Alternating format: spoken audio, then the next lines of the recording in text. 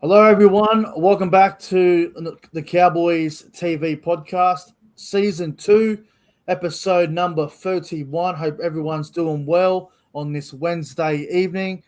Currently 6:05 p.m. here in New South Wales, obviously up in Queensland, where Callan is. It's 5:05 p.m. We hope you're all doing fantastic. And hello, Callan, mate. Hope you're doing well, my friend. Yeah, how you going, Nick? How you going Very to well. everyone in the chat? It was nice having a chat with them yesterday.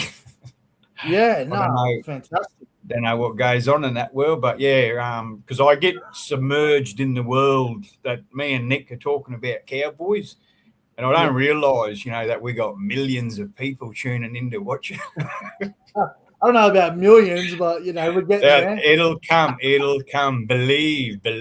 But anyway, We'll get thanks, there. guys, and yeah, appreciate you acknowledging me when I come in. I felt like a superstar. Everyone's, oh, how you going, Callum?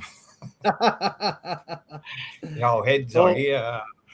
shout out to all the the guys that run the live chat, like Jason Reeder, who's one of the moderators. He kicks out a lot of the dickheads that come in and want to talk rubbish. And um, yeah, massive thanks to Jason Reeder. He's always here, and I look forward to actually meeting Jason in June over in Christchurch. He's obviously over in New Zealand, so looking forward to meeting you, Jason, in a couple of months. So should be bloody great. But hello to everyone else that's watching. G'day to Joshua. G'day to everyone that's arriving in the live chat, and everyone that's just tuning in. If you're watching this as a video, if you missed the live stream and you're watching it back, um, leave a comment in the comment section. If you've got a question for me and Callan, just leave it in the comments, and we'll get to you. But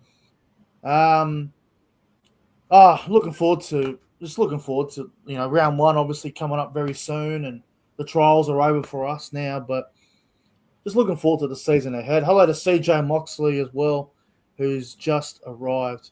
Yes, we will get to that individual comment very soon. We were just talking about it in the green room, actually.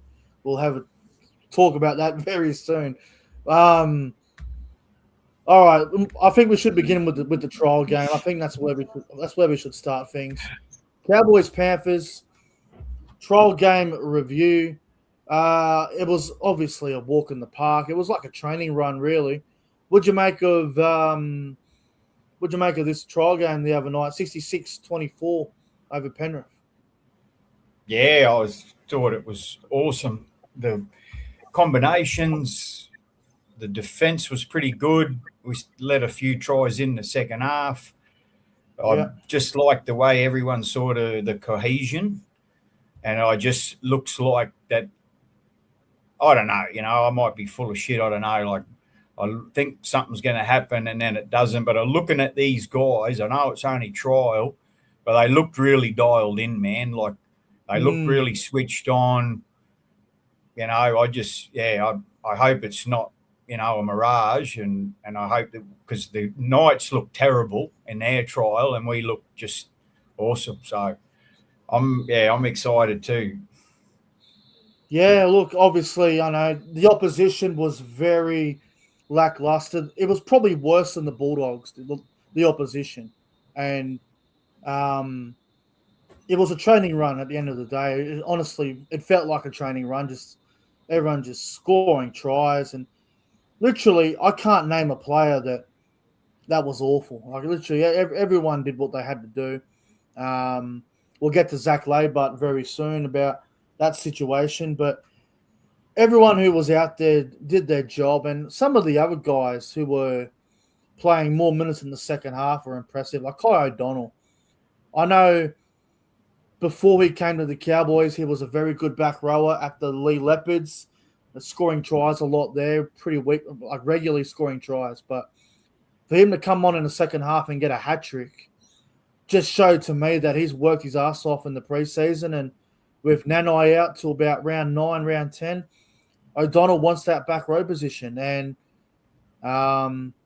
he couldn't have done much more, to be honest. And Obviously, the week before he scored one against the Bulldogs. Like O'Donnell couldn't have done much more, Callan, on the weekend. Yeah, I don't think we've seen his full potential. You know, like what you told me about him, what I've seen of him, and I Yeah. watched a little bit of his Super League. You know, he knows how to score a try, and Oh yeah. you know, like I've liked him from day one, and I can just see, you know, he's going to get better and better. He's got a good shaped body. You know, he Yeah. knows where the try line is, and he's a worker. You know, he really gets in there and works. It's like, obviously when he first started for us last year, he obviously was, he was struggling a little bit. I remember the game where I came up to Townsville last year when we played Cronulla, and he had a pretty rough game. Got caught out in defence a lot, and he just didn't have the greatest. Didn't have the greatest game, but his effort and his work, like he was trying hard. Like you could see, even though things weren't going his way, he was still having a crack. And um, from what we've seen from him the last 12 months, yeah, he may not have set the world on fire, but what he did in this preseason, getting himself right, working harder. I know the opposition, the first two trials were very, very low tier, but you can only play what's in front of you, and he looked great. 4 tries in 2 games, 3 tries in one half. Like, whether he starts in Vegas or not, but that remains to be seen. But holy shit, man, he looks like he's ready to take his opportunity and go to the next level.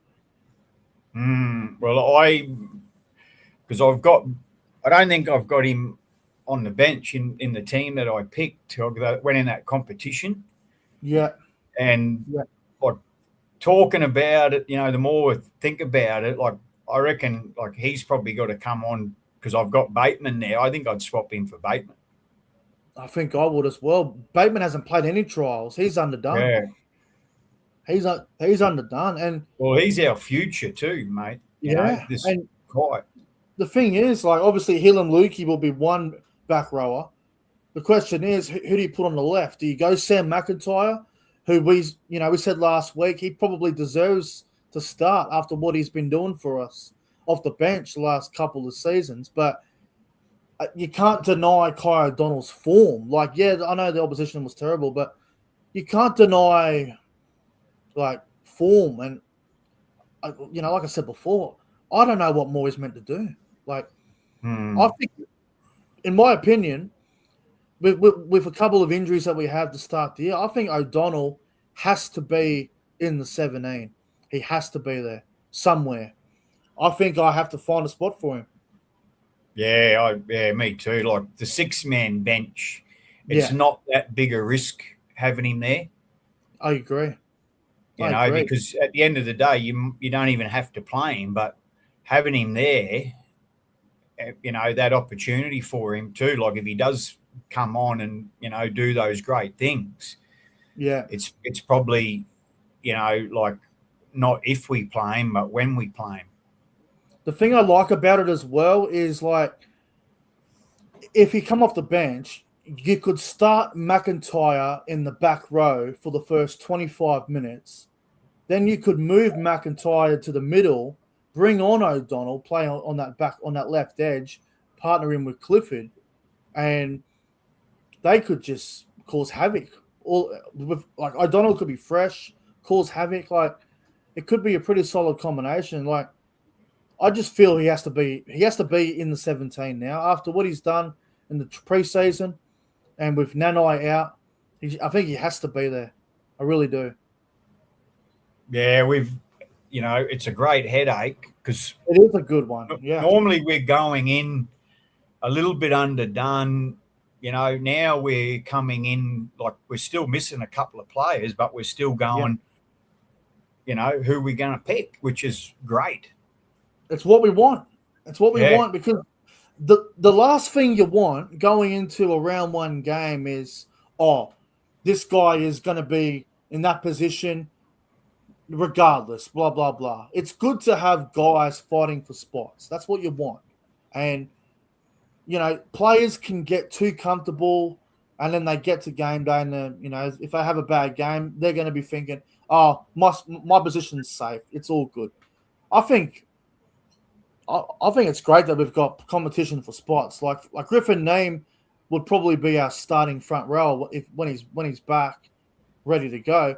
But at the moment, that front row spot's wide open between Hess, McKaylee, Lodge. We don't know who's going to start. Same with the back row. Is it going to be O'Donnell? Is it going to be McIntyre? Like, it's good to have competition for spots. But yeah, not much more to really go into about this game. We scored 12 tries. Clifford kicked what? Not. Oh no, he didn't kick all the goals. Drinkwater kicked a lot of them. Clifford kicked 2 goals at the end, but 9 for 12. The goal kicking, not bad. Pretty good, to be honest. But I wasn't too worried about the second half, Callan. I mean, we took all of our main guys off, really, and they got a couple of cheap tries, so I wasn't too worried about that. Like, I'm all for Clifford being at 6, but I just thought it's like, it's been all Purdue. And I just felt like, were you just singing him a song? Because putting him on in the second half at 6 with no one with him, I thought I didn't really see any much point in that. It was weird, wasn't it?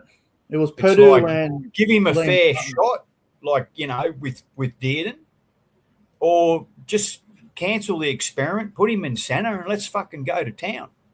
Yeah, get on with it because of how dominant we were. Like, the scoreline was crazy. Like, I was at the opinion, like, because it was 30-0 after 20 minutes, and I thought to myself, if they don't want to risk anyone in the second half, why not go Purdue Dearden for the last 15 minutes of the first half and just see how it looks? Like, Clifford already proved what he had to do, and we probably didn't even need half of our guys on after that. So, but you're right. The good part about it, I suppose, is that it's probably more Clifford Purdue, backup combination, because when Dearden's at Origin, it's not going to be Purdue Dearden, it's going to be Clifford Purdue. Yeah, most likely, yeah. So and we did go all right, with that first trial of that combination as a backup, as a backup plan. In the first half, 100%. Like, in the second half, we had Jackson Purdue out there with Liam Sutton, and as a combination, they did not click together. I don't believe they didn't look all that flash compared to what we were doing. So, I guess it's a good learning curve for them. I guess, obviously, state of origin period's a really interesting time for us. We usually lose 4 or 5 players, and I think Todd's just like, you know what, this is an origin combination that we need to look at because we're going to lose so and so. I guess that makes sense. But, it was a pretty nice. It was really nice to sit on the couch Friday night and watch the boys go to work. Yeah. I enjoyed Friday that. night footy. Friday night footy, game's over at half time, just looking at it was great. All right, now speaking of the trial, there was an incident that happened with Zach Labour. It was in the 26th minute, early on in the contest. He did a pretty silly tackle, and he ended up getting sin binned for it. At first, I was like, why is he getting binned? What did he do? Saw the replay. I'm like, oh, shit, okay. So Labart's been suspended for 2 weeks. He's going to miss Vegas, unfortunately. I'm sure he'd be devastated by that. And he'll also miss the round 2 game against the Tigers. Who should replace him? There's a few options. Tom Chester is the favourite. He is about $1.10 favourite to walk into that position, even though he hasn't played a trial. So that concerns me a little bit. No footy from Chester. I don't know how he's going to go. The other option, Braden Burns could just move to left centre. and Robert Derby could go onto the right wing. And I guess the other option is you could bring in that Liam Sutton or Mason Barber. But I don't think Mason Barber's in the top 30. I think Liam Sutton is in the top 30. So you got three options, really. Which way would you lean, Callan? I go the geez, I've just had a The brain Braden fucking Burns center or Tom Chester? Tom Chester. Yeah, I'll go Yeah. Chester. I picked him in that competition on the Cowboys thing, and you've got to have your first game eventually. Yeah. To say he hasn't had a trial, so round 2, round 3, it's still going to be the same thing. He hasn't had a game yet. He might have played some Q Cup, but I think from what I'm hearing at training, that he's fit, he's strong, he's only one that's beat him is Dearden. So I think he deserves a crack, I'll say it it's a really tough call for Todd to make. Because Braden Burns is probably going to be on the wing regardless. But having the option to bring in Robert Derby as well, and then you've got Tom Chester, who has been training at centre pretty much all preseason. Yes, he had a little injury, which obviously he couldn't play any trials, but tough call to make. It's easy to put Burns at centre and just go Derby on the wing, but Tom Chester, like you said, you got to play him eventually. It's a big call to make, really big call, because whoever gets the job, if Tom Chester comes in, then he'll be defending Bradman Best, which is a big challenge. Bradman Best on his day, he's an Origin center. That's a big job. That's a really big job. So it's going to be interesting which way they go with it. Fuck, I don't know which way I would go. Tough. I think I'd go Burns. Burns at center, Derby on the wing. I just feel Chester could be a little bit underdone. I don't know. Bradman Best, he's one of those centers. He's a freak on his day. He's probably a top 10 center when he's fully healthy as well. I'm not gonna write Chester off because I think Chester deserves a chance to play in the centers. I'm a little bit concerned about him not playing any trials and then coming back from that injury that he had. And I feel like the safe option is you put Burns in, Derby goes onto the wing. I don't know. That's what I would do, I think. Yeah, well, to me, I think Burns is way better at the wing. Yeah, that's true. And, Chester must be like the second fastest bloke in the team, like the records that he's making. So he must be quick. So, yeah, I don't know. I think he deserves his, we've been talking him up and a Chester. And then, like, poor bloke doesn't get a crack, then Labert comes back, and then when does he get his opportunity game? He might be sitting on the bench, Yeah, true. So I think he will play a lot of bench this year. Yeah. So I think get him a start because there won't be too many opportunities down the track. I'm just thinking from a defensive point of view, yes, Braden Burns is a much better winger than a center. The times last year where he played wing, he was our best player some weeks. And when he played center, he didn't have the greatest game, especially in attack. I don't know what it was, but from a defensive point of view, Braden Burns is a bigger body than Tom Chester, and I feel like he would probably handle Best a bit better than Chester would. But like you said, Chester's got to get it running. Who's outside? Who's outside Best? Young, is it? Best so Dom Young's on the right. So Gagai. Oh yeah. And then they could always swap around in defence. Yeah, you never know. I suppose Newcastle.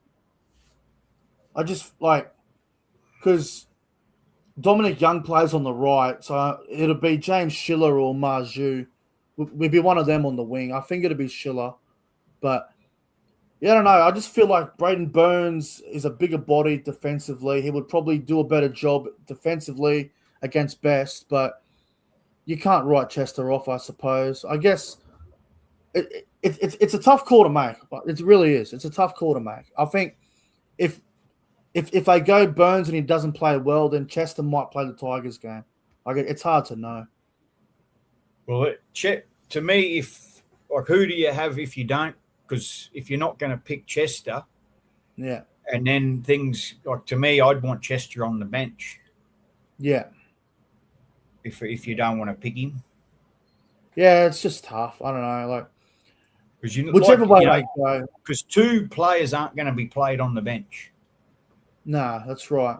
I think whichever way they go, I'm happy with it because they're both great options. Like they're great options. So whichever way they go, I'm pretty happy with. I'd go Burns center, a Derby on the wing personally, but you're going the other way with Yeah, I'm going. I nearly had a heart attack earlier. why what happened? I put team list in, team Right. list playing the Knights, Yeah. and it must have brought an old game up, and I didn't read it, and then it said, it had Semi Valame as wing, and I'm like, he fucking left the club. What the fuck's going on here? Then I look down, and then it goes Labert's on the bench, and then I'm like, oh fuck, this must be a wrong game. That's hilarious. All right. Now, I wasn't going to bring this up, but I got so fired up. I got so fired up this afternoon. I want to talk about it just for a moment. Reece Robson, former Cowboys hooker, obviously now gone to the Bondi Wankers, the Roosters, and he had some things to say this afternoon, which, I mean, I posted it on the Cowboys TV on the Instagram story there. I've had over 25 replies. People are fuming about it. They're not happy. So basically, this is the quote. It's from Code Sports. So he said this today, I believe it was. Robson says he was up for a contract at the Cowboys. When the opportunity came, my manager just reached out to speak to the Roosters. After the conversations with the club and Trent Robinson, my decision to leave was pretty easy. I find that disrespectful. Well, that's not really dissing the club. I think the part that has got me offside is the part where he said it was an easy decision to leave. Pretty easy to leave. Yeah, like I got fired up, but when you go the full sentence, yeah, you know, it's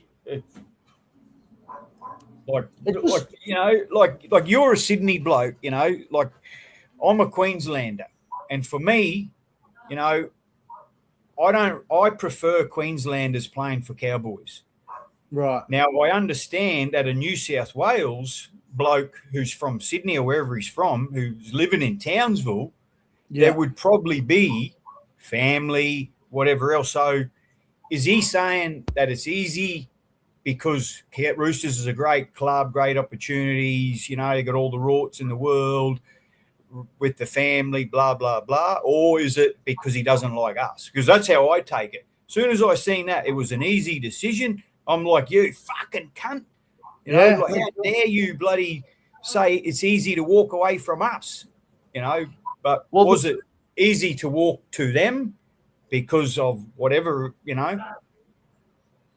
Well, the thing is, Reece Robson's not even from Sydney. That's the part that doesn't make sense to me. He's not even. He wasn't even born in Sydney. He was born in Murwillumbah, which is like 2 or 3 suburbs from the bloody Gold Coast. Like, yes, he's born in New South Wales. He's a Murwillumbah boy, but that's like but how to Sydney. Like I don't know anything about the bloke. But he was living in Sydney before, I assume. Yeah, so he played all his local footy up at Murwillumbah, where he was from, and then he obviously moved to Sydney to play for the Dragons. Got an opportunity down there. He he probably had some family down there, but I can't imagine it would have been a whole lot, considering he's from Murwillumbah. And then he comes up to the Cowboys. We give him an opportunity. He spends multiple seasons with us. We make him a better player than what he was at the Dragons.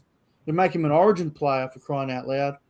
And then when he was going to re-sign, he ended up taking that Roosters deal, and he said, pretty much said it was pretty much a pretty easy decision to leave. Like, that's bullshit for me. This whole thing about him being from Sydney, he's a Sydney boy. He's not. He's not a Sydney boy. He's very close to the Gold Coast, if anything. Well, he's not a Townsville boy, is he? No. At the end of the day, man, like, it's a fucking, especially for these guys who don't play for a club that they've lived in their whole life. Yeah. Like, if you're someone who grew up in Townsville and you play for the Cowboys, that means everything to us. That's all we want to do is represent. When before the Cowboys, well, it was Origin, because that was we had our own league. Yeah. But now when you've got these like, I don't know what the other desires are. Is it just to win a grand final with the Roosters? You know what, man? To be honest, I didn't think he played that good last year. I think it was one of the worst years of his career with us. And I'll tell you what, Reed Marnie, mate. Reese who?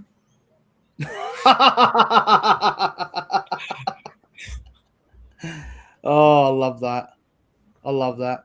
Yeah, look, I'm just thrown off by the part where he said it was an easy decision to leave. He's basically chasing the fucking premiership at the Roosters, trying to win down there. I hope he doesn't win anything down there. I hope he continues to go backwards. Like, I'm not happy with what he said. I don't appreciate it. A lot of Cowboys fans don't appreciate it.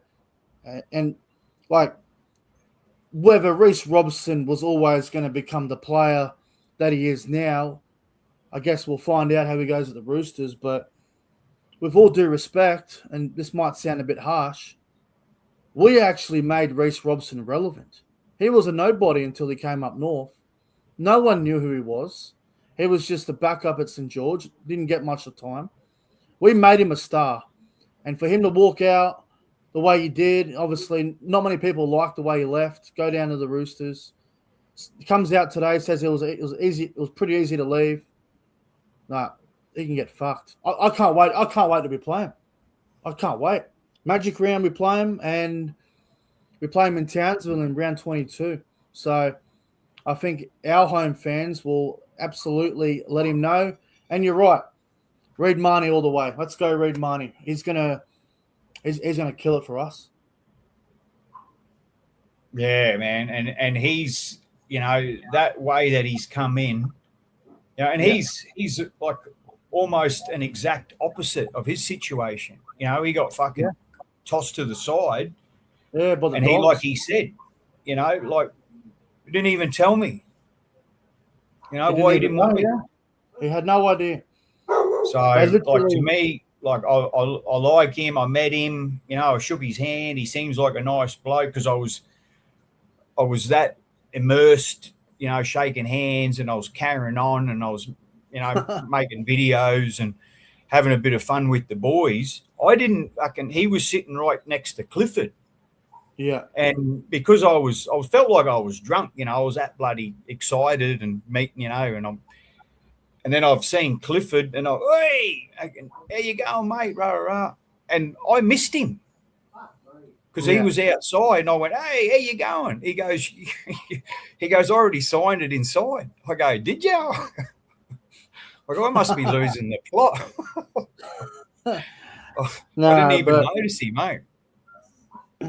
As they say, mate, out with the old, in with the new. The Bulldogs threw money out like it wasn't wanted. He's got a lot to prove this year, Marnie, and I think he's gonna be the buy of the year. I can't wait to see him week in, week out with Dearden, Clifford, Drinkwater. I'm looking forward to seeing how that goes. 40-20s, and how good was that little sneaky try out of the scrum there for Clifford? Oh yeah, and the one where he went from dummy half and gave it to Drinkwater, like oh, beautiful, Yeah. beautiful. Oh, it's gonna be good. I'm looking forward to it. Out with the old, in with the new. Bring it on. All right. Speaking of the new, how about Caden Lars? Holy crap! I don't know if you saw the All Star game on the weekend, but Yeah. he was impressive. He had an absolute blinder of a game. I thought Caden Lars was probably the best Indigenous forward outside of maybe Blake Steep. I thought Caden Lars was outstanding on the weekend. Yeah, no, he done well. He's He was yeah, he's impressive. certainly going to be that depth that we need. And I He, just like, even if these guys have got to get game time.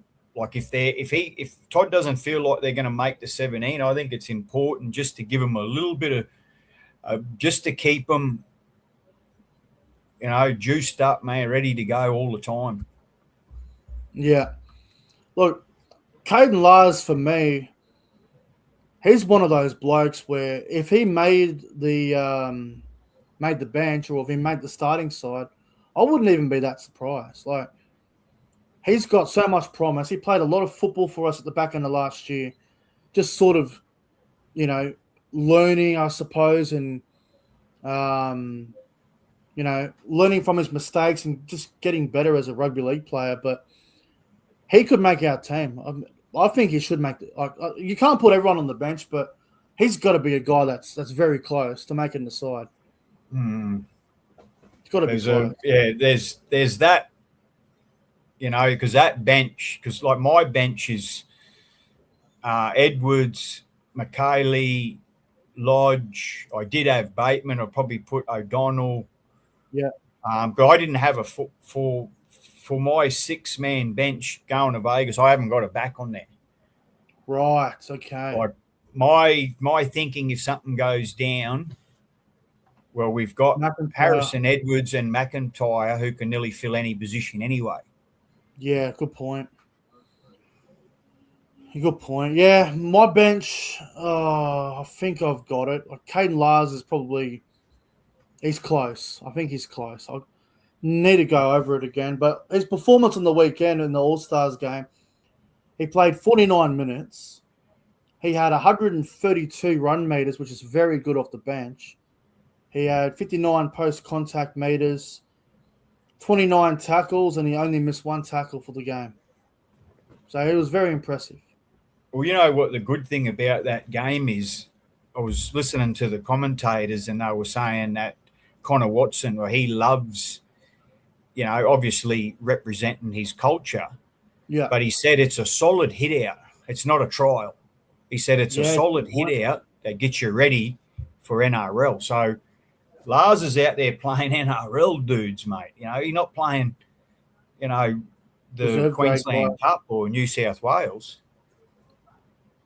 Well, I can't believe the amount of players that didn't play the All Star game. Like I was expecting a lot more big name players because, like, if you really want to be ready for round one, and you don't want to be underdone, if you're eligible for the All Star game, you'd be mad not to friggin' play. Like you're right, it's more than a trial. It's a Yeah. good hit. It's a great hit out. Great hit Well, out. they're all they're very proud both sides and they want to win. So it's and it's good for us that it's a real game getting ready to get into NRL. Well, I'll just ask you this quickly. It's completely off topic, but it was a bloody draw. There was no golden point in the All Star game. Do you reckon there should be golden point for it? Yeah, it's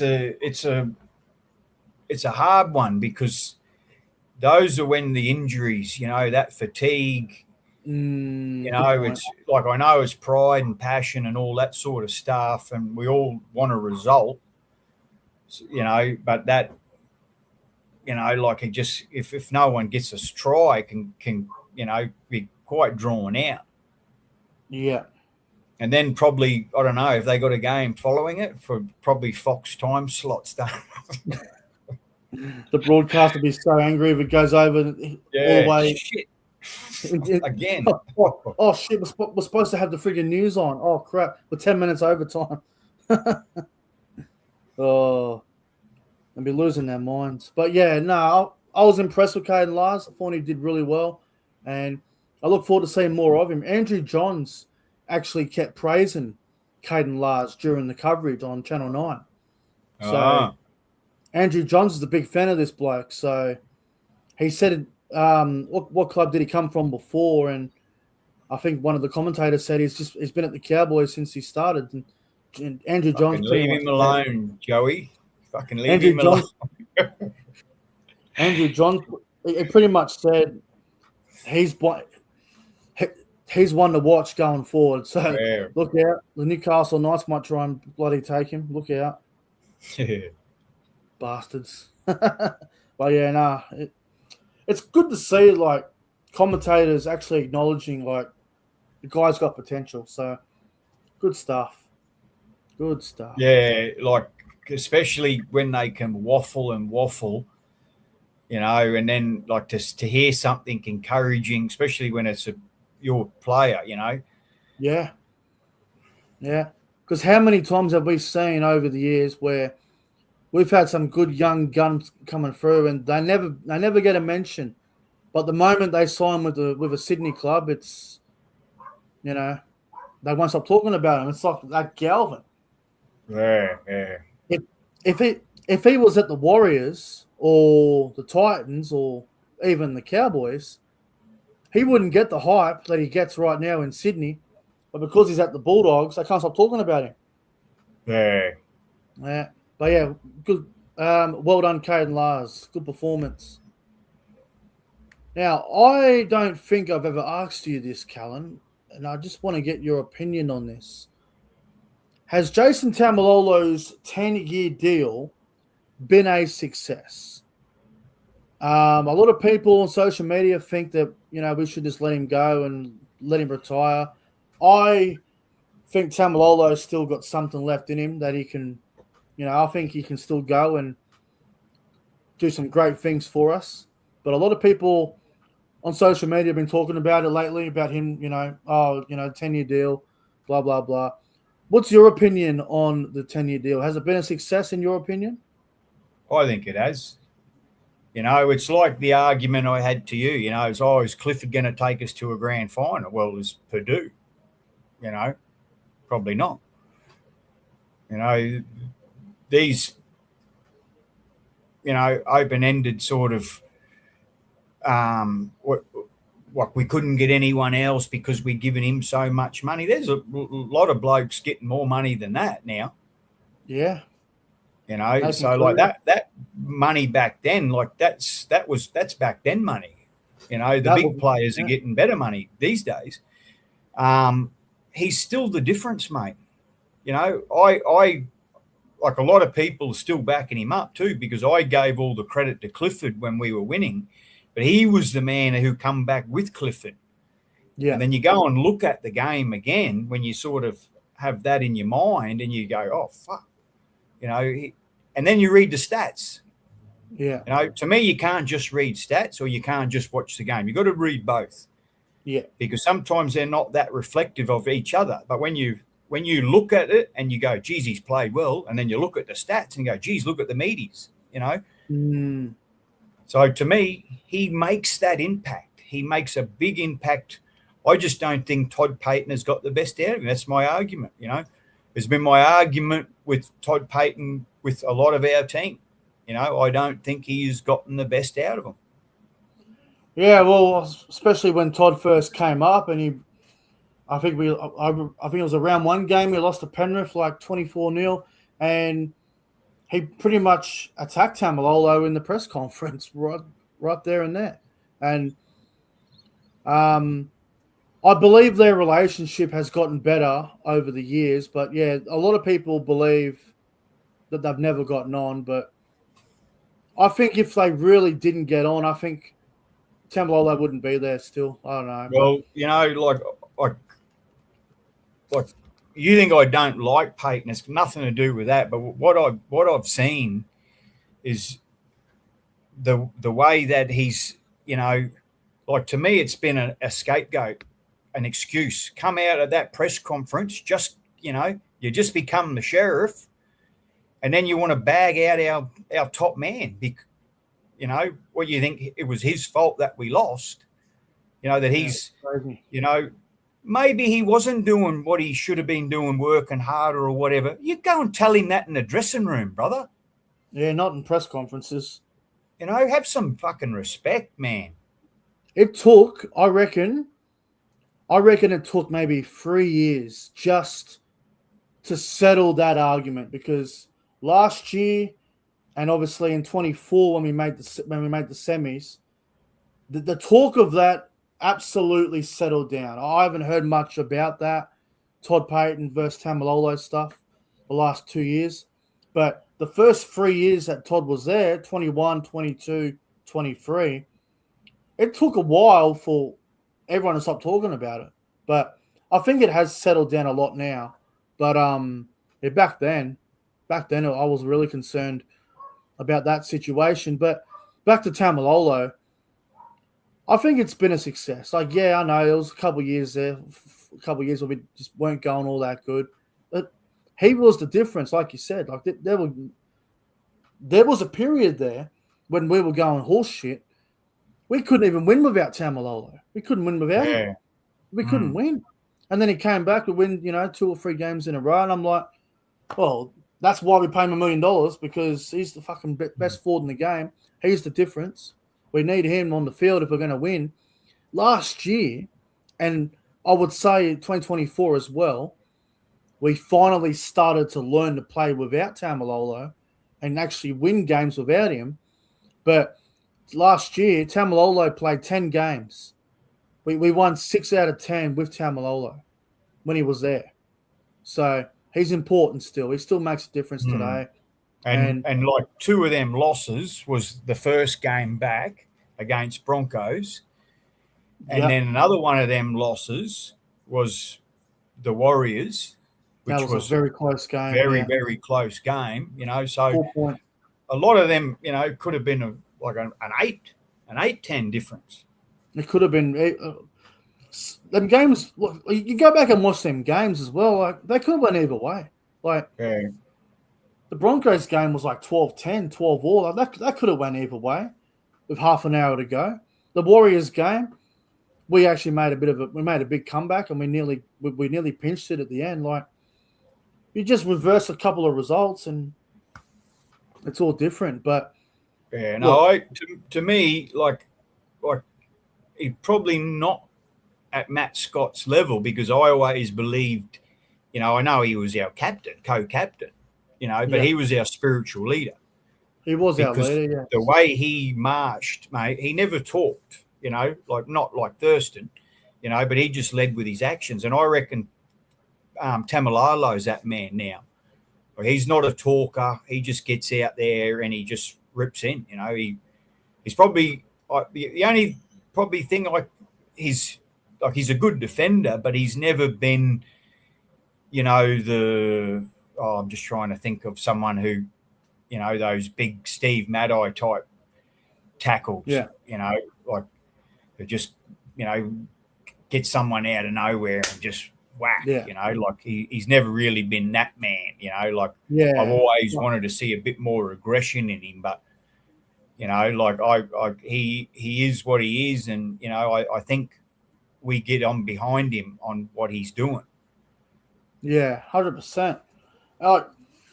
In my opinion, if Tamalolo were to retire tomorrow, I think he'd go down as our best forward of all time. I really believe that. I know we've got Matt Scott, Gavin Cooper. We've had a lot of great forwards over the years, but as in terms of like playing ability and impact and like what he could do.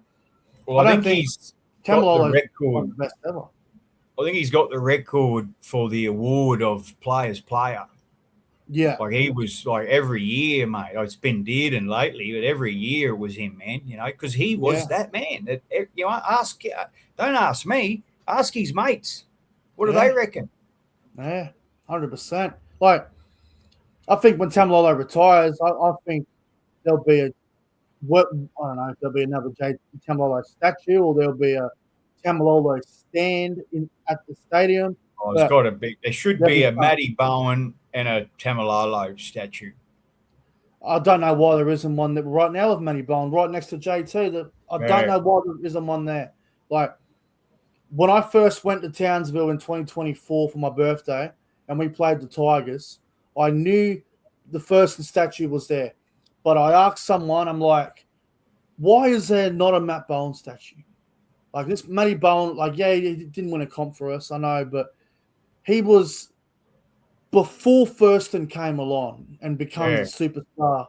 Bowen was our main guy. He was the bloke carrying us through the fucking mud for years. He's pretty well never stopped, really. Like he did the Super League bit, but since he's been back, he went straight back to Blackhawks. Then he's been coaching, you know, so he's been giving back a lot. Yeah, I think the four players that deserve a statue, if you're going to give a statue, you got to go obviously Thurston, Matty Bowen. I think Tamalolo deserves one, and Matt Scott as well. Yeah. Matt Scott.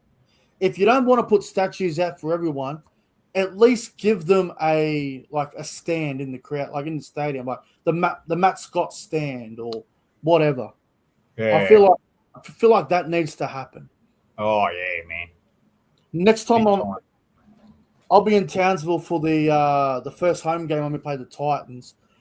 If I come across someone at the club or if I run into Thurston or Gavin Cooper, I'm going to say to them, listen, we need this Matty Bowen statue built. It needs to happen. People want it. I don't think anyone would vote against it. If you vote against it, you're not a fucking Cowboys fan. But we should get a petition going. Yeah, Matt Bowen statue right next to JT. Why not? Yeah. Why hasn't this happened? Why hasn't this happened? The stadium's been there since 2020. Why hasn't this happened? Fuck. It needs to happen. A petition might be a good idea. But yeah, it's been a success. I know we had a couple rough years and he missed a lot of games, you know, blah, blah, blah. But people still go to the football to watch Tamalolo play to this day. Kids are inspired by him. The big Tongan lads, like that are 15, 16 years old, they are inspired by Tamalolo to this day. Look how good he played for Tonga, man. Oh, insane. Insane. You know, him and Fanua Blake, mate, they were the two you know, it just went backwards when they went off. Like you can't stop them. Them two together, you can't stop them. Game over. You'll be happy he's going to play for New South Wales, eh? Oh, I hope they're all fit and fucking ready. I hope they're all fit and ready. I'm looking forward to that. You'll have Payne Haas and Fanua Blake running at Tino and Carrigan. Like it's going to be off its head. Tamalolo might get a go. 6-man bench. That would be a story, wouldn't it? Fucking oath. That'd be a fucking story. It should have happened 10 years ago. Yeah, fucking just missed out, poor bugger, eh? Like his age. Wrong timing and so unlucky. So unlucky. All right, I think that's going to wrap it up. Callan, it's been good. I was a bit worried about today because obviously Cowboys aren't playing this week, and I was a bit worried about topics, but I think we've done pretty well tonight. How's the chat there, though? Yeah, it's been good. That's been good. You got CJ Moxley, he said, typical rooster, Robson, rat. And then there's another comment, Rugby League Therapy Podcast. Reece Robson is overrated, hasn't played well since 2023 or 2024. I got a good joke for you. Yeah. I thought they didn't like snakes in the hen house. In the hen house. Oh shit. Oh, it's hilarious. All right. I think that's gonna wrap it up. It's been a good bloody it's been a good show tonight. It's been a lot of fun. Good podcast, good episode. Thanks, Callan. I'll see you I'll see actually we gotta talk about it next week because you're going to Vegas this weekend, aren't you? Yeah, Saturday. To LA. So I'll be in LA. Yeah, Yeah. I got free Wi-Fi. We'll work something out in my accommodation. Yeah, I think the time zone thing will be the Oh, only the times, yeah. that's gonna be tricky. That'll be the tricky part. But Yeah. I'm sure we'll get something figured out. I don't know what the Ring time up will be. Volandis. Ring up Volandis. Bring up Volandis. We got a problem here. What the fuck are we doing? What time are we doing the podcast? Fucking 3 a.m. I'll just get Volandis to hire a jet and fly you to Vegas, mate. That'll be good. Oh, all right, guys. Thanks for watching. Check out Callan's YouTube channel if you haven't already. Check out mine as well. Subscribe to us. All right. See you next time. Thanks, guys.